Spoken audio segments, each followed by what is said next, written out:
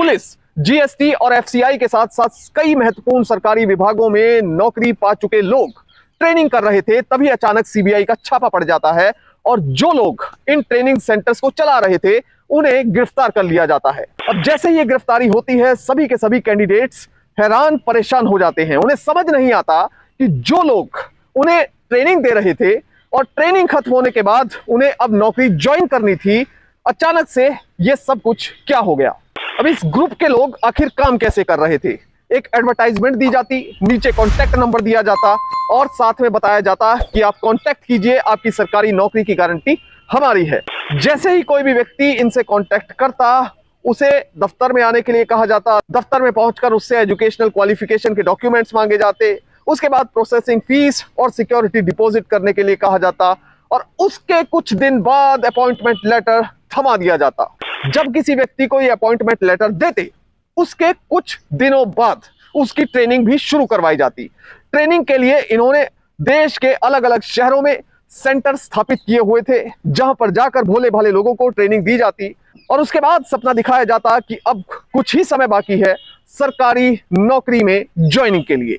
जय हिंद। पुलिस से लेकर एफसीआई, जीएसटी और कई महत्वपूर्ण सरकारी डिपार्टमेंट्स में नौकरी लगवाने वाले एक ग्रुप पर सीबीआई का छापा पड़ा। 3 लोगों को गिरफ्तार कर लिया गया और उसके बाद कड़ाई से पूछताछ जारी है। इस पूरे केस के बारे में आपको बताएंगे, पर सबसे पहले आप सभी से अपील कि आप लाखों की संख्या में हमारी वीडियोस को देख रहे हैं पर सब्सक्राइब नहीं कर रहे हैं, इसलिए YouTube पर देख रहे हैं तो फौरन सब्सक्राइब कर दीजिए चैनल को, बेल नोटिफिकेशन ऑन कर दीजिए, कमेंट्स कीजिए और फेसबुक पर देख रहे हैं तो फेसबुक पेज को लाइक कीजिए, वीडियो को शेयर कीजिए और कमेंट कीजिए। और मैं जानता हूं कि ये वीडियो आप आखिर तक देखेंगे क्योंकि ये है ही इतनी दिलचस्प। इस केस की शुरुआत में हमें चलना पड़ेगा झारखंड। झारखंड में बैठा एक व्यक्ति सरकारी नौकरी के लिए लगातार कोशिशें कर रहा था, दिन रात पढ़ाई भी कर रहा था और रोज एडवर्टाइजमेंट चेक कर रहा था कि कहीं किसी सरकारी विभाग में कोई सरकारी नौकरी निकली तो नहीं। ऐसे ही एक दिन उसने एक एडवर्टाइजमेंट देखी जिसमें अलग अलग सरकारी विभागों में वैकेंसी निकली हुई थी और रिक्रूटमेंट के लिए एक बड़ा एडवर्टाइजमेंट दिया गया था। उसे लगा कि मुझे इस नौकरी में भी अप्लाई करना चाहिए। साथ में एक कॉन्टैक्ट नंबर दिया गया था जिसमें जॉब की गारंटी भी दी गई थी। इसके बाद यह व्यक्ति उस नंबर पर संपर्क करता है। संपर्क करने पर पता चलता है कि आपको कुछ डॉक्यूमेंट्स वेरीफाई करवाने होंगे, यहां पर आकर मिलना होगा और उसके बाद आपकी प्रोसेसिंग कर दी जाएगी। जब ये व्यक्ति इन लोगों के दफ्तर में पहुंचता है तो वहां पर डॉक्यूमेंट्स मांगे जाते हैं, सभी डॉक्यूमेंट्स जमा भी करवा देता है और उसके बाद उससे प्रोसेसिंग फीस ली जाती है, सिक्योरिटी डिपॉजिट करवाई जाती है और फिर सरकारी विभाग में प्रॉपर तरीके से अप्लाई भी करवा दिया जाता है। इस व्यक्ति को लग रहा था कि अब नौकरी मिलने में देरी नहीं है, जो मैं लंबे समय से इंतजार कर रहा था वो जल्द ही खत्म होने वाला है। कुछ दिनों बाद इस व्यक्ति के हाथ में अपॉइंटमेंट लेटर भी थमा दिया जाता है, जिसे लेकर ये काफी खुश था और धनबाद में उसकी ट्रेनिंग शुरू हो जाती है। अपॉइंटमेंट लेटर मिलने के बाद जब ट्रेनिंग शुरू होती है तो ये व्यक्ति पूरी तरह से आश्वस्त था कि अब नौकरी में एंटर करने से मैं कुछ ही समय दूर हूं। जहां पर इस व्यक्ति की ट्रेनिंग शुरू हो चुकी थी, वहीं पर दूसरी तरफ कुछ लोगों को अलग अलग डिपार्टमेंट्स के दफ्तरों में अपॉइंटमेंट लेटर्स पर साइन करने के लिए ले जाया जा रहा था। इससे सभी लोग पूरी तरह से आश्वस्त थे कि अब नौकरी दूर नहीं है, पर नौकरी को पाने का यह जरिया कितना सही था, इसे लेकर भी कुछ सवाल खड़े होते। पर जब नौकरी और उसका रुतबा याद आता तब ये सब बातें मिट्टी में मिल जाती। ये केस झारखंड के इस व्यक्ति का ही नहीं बल्कि इसके साथ ही कई और लोगों का भी है। जहां पर झारखंड में इसे नियुक्ति मिली, उसके बाद ट्रेनिंग शुरू हुई, ऐसे ही कई जगहों पर देश में अलग अलग जगह लोगों को अपॉइंटमेंट लेटर दिए जा रहे थे और उसके बाद उनकी ट्रेनिंग शुरू की जा चुकी थी।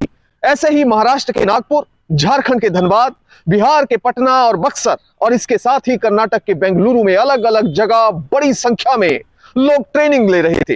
सभी लोग जल्द से जल्द नौकरी ज्वाइन करने का सपना देख रहे थे, सोच रहे थे कि किसी तरह से अपने परिवार को जल्द से जल्द पैसों के तौर पर सपोर्ट करना शुरू करें। पर अचानक कुछ कैंडिडेट्स को शक हो जाता है।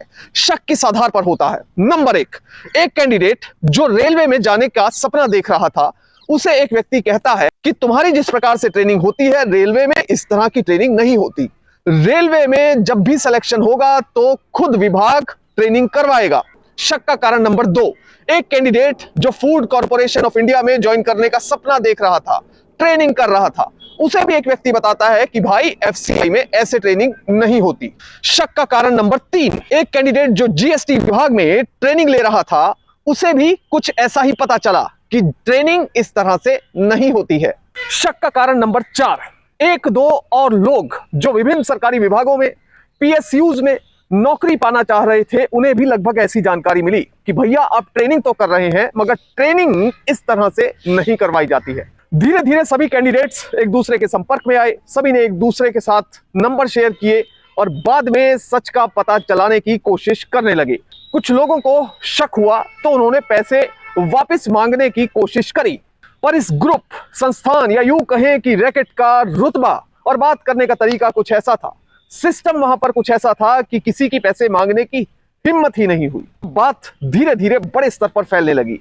पहले 2-4 लोगों को यह बात पता थी, फिर 10-12 को पता चली, फिर लगभग हर व्यक्ति को इस तरह का शक होने लगा और बड़ी संख्या में लोगों ने उच्च स्तरीय जांच की मांग की, जिसके बाद यह मामला सीबीआई के पास भेज दिया गया और सीबीआई ने इस केस को टेक अप कर लिया। सीबीआई जब भी किसी मामले को अपने हाथ में लेती है, सबसे पहले प्रीलिमिनरी इंक्वायरी करती है। वो इसलिए करती है कि जब एफआईआर रजिस्टर की जाए तो इतने पुख्ता सबूत हो कि कोर्ट में जाकर केस टिक पाए और जो आरोपी हो उन्हें दोषी के तौर पर सजा दिलवाई जा सके। इसी तरह से सीबीआई ने इस केस में भी प्रीलिमिनरी इंक्वायरी की। पता चला कि इस मामले में एक बड़ा गिरोह काम कर रहा है। उसके बाद बड़े स्तर पर छापेमारी की तैयारी शुरू कर दी गई। 10 नवंबर को सीबीआई की टीमें धनबाद, अररिया और बेंगलुरु में पहुंच जाती हैं और जगह जगह पर रेड करती हैं। रेड के दौरान धनबाद से अमन नाम के व्यक्ति को गिरफ्तार कर लिया जाता है। वहीं बिहार के अररिया से विशाल को और कर्नाटक के बेंगलुरु से अजय नाम के व्यक्ति को गिरफ्तार किया जाता है।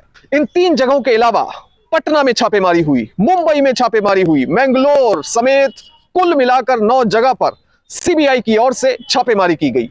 पटना और मुंबई के साकीनाका स्थित ट्रेनिंग सेंटरों पर जब छापा पड़ा तो वहां पर भोले भाले लोगों को नौकरी की ट्रेनिंग दी जा रही थी। इन लोगों को यह पता ही नहीं था कि वो पूरे तौर पर ठगे जा रहे हैं। उनकी कोई सरकारी नौकरी नहीं लग रही, बल्कि उनसे पैसों का बड़े स्तर पर फर्जीवाड़ा किया गया है, धोखा किया गया है। मुंबई के साकीनाका ट्रेनिंग सेंटर में सर्च के दौरान पता चला कि ज्यादातर कैंडिडेट कर्नाटक के हैं। भोले भाले लोगों को चुना जाता था, यहां पर लाया जाता था, पैसे मांगे जाते थे और ठगने के बाद उन्हें ट्रेनिंग करवा दी जाती थी।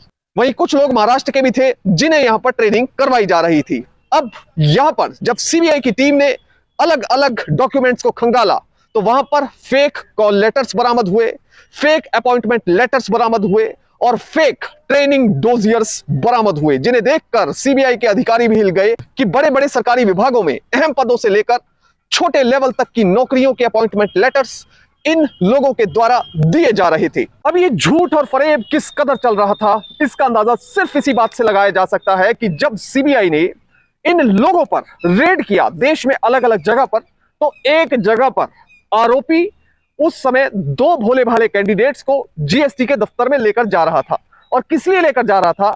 वो इन्हें कह रहा था कि जीएसटी के दफ्तर में आपके अपॉइंटमेंट लेटर छप चुके हैं, आपको बस साइन करना है, अपनी सहमति देनी है और उसके बाद जीएसटी विभाग में आपकी नौकरी लग जाएगी। इस स्ट्रेटेजी के तहत भोले भाले लोगों को भी लगता कि वो सरकारी विभाग में अपॉइंटमेंट लेटर पर साइन करके आए हैं, इसलिए उनकी नौकरी लग गई है। और इसके नाम पर ये लोग बड़े स्तर पर लाखों की संख्या में लोगों से पैसे लेते और उन्हें ठग कर फरार हो जाते।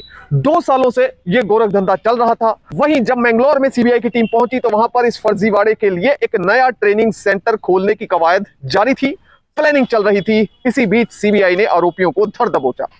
फेक ट्रेनिंग सेंटर कहां चल रहे थे, जैसा मैं पहले बता चुका हूं कि कुछ जगहों के नाम, इसके अलावा नागपुर में, धनबाद, पटना, बक्सर, बेंगलुरु और इसके साथ ही कुछ महत्वपूर्ण जगहों पर ये फेक ट्रेनिंग सेंटर चल रहे थे। जहां पर कैंडिडेट ज्यादा होते वहीं पर एक नया ट्रेनिंग सेंटर चालू कर दिया जाता। सीबीआई ने 6 आरोपियों और इसके साथ ही अननोन पब्लिक सर्वेंट्स और अज्ञात लोगों के खिलाफ इंडियन पिनल कोड और प्रिवेंशन ऑफ करप्शन एक्ट की धाराओं के तहत मामला दर्ज किया है। आप जरूर सोच रहे होंगे कि प्रिवेंशन ऑफ करप्शन एक्ट की धाराओं के तहत इन लोगों के खिलाफ मामला क्यों दर्ज हुआ।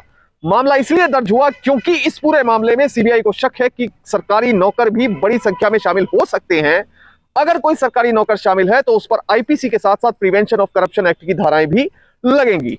अब ये सभी आरोपी धंधे को आखिर चलाते कैसे थे? एक एडवर्टाइजमेंट दी जाती थी जिसे भोले भाले लोग पढ़ते, जो सरकारी नौकरी के चाहवान होते वो इनके दिए गए नंबर पर कांटेक्ट करते। नंबर पर जब कांटेक्ट किया जाता तो वहां पर कहा जाता कि आपको अपने कुछ डॉक्यूमेंट्स लेकर आने हैं, उसके बाद यहां पर वेरिफिकेशन होगी और जॉब आपकी गारंटेड है। जॉब भी प्राइवेट नहीं बल्कि सरकारी होगी, आपके द्वारा चुने गए विभाग और आपके द्वारा चुने गए पद पर होगी। यह जानकर पहले तो लोगों को एक झटका लगता है कि आखिर ऐसा कैसे हो सकता है, और नौकरी पाने की इच्छा इतनी प्रबल होती है कि उसके सामने सभी कयास धरे के धरे रह जाते हैं। जब कोई भी व्यक्ति इनके दफ्तर में पहुंचता तो वहां पर उससे प्रोसेसिंग फीस के नाम पर पैसे मांगे जाते, डॉक्यूमेंट जमा करवाए जाते, डॉक्यूमेंट जमा करने के बाद उससे सिक्योरिटी डिपॉजिट भी मांगा जाता। कुल मिलाकर यह राशि लाख रुपए से ऊपर की चली जाती थी। कैंडिडेट्स की संख्या इतनी ज्यादा थी कि ये लोग अब करोड़ों में पैसा कमा रहे थे और अपना जो ये बिजनेस है वो सच्चा लगे, इसके लिए अपॉइंटमेंट लेटर देने के बाद लोगों को ट्रेनिंग भी करवा रहे थे। फिलहाल सीबीआई ने 3 आरोपियों को गिरफ्तार किया है। बाकी कौन कौन लोग इस पूरे रैकेट में शामिल है उनके लिए पूछताछ की जा रही है और उनकी धरपकड़ भी जल्द की जाएगी। पर इससे एक बड़ी सीख उन लोगों को मिलती है जो सरकारी नौकरी पाना चाहते हैं। सबसे पहली बात, अगर कोई भी व्यक्ति आपको कहता है कि आपको पैसे देकर सरकारी नौकरी लगवा दी जाएगी तो यह एक बेहतरीन एग्जाम्पल है। आप कभी भी किसी को पैसे देने के चक्कर में ना पड़े। ना तो कभी केंद्र सरकार और ना ही राज्य सरकार पैसा लेकर नौकरी देती है। इसके लिए आपको सिर्फ कंसंट्रेशन से पढ़ाई करनी है, ईमानदारी से तैयारी करनी है और उसके बाद आप नौकरी में सेलेक्ट हो जाएंगे। और जो लोग पैसा देकर नौकरी पाना चाहते हैं उनका हश्र कुछ ऐसा ही होता है। इसलिए इस तरह के धोखेबाजों से, फर्जी वाड़ों से बचकर रहें। जय हिंद।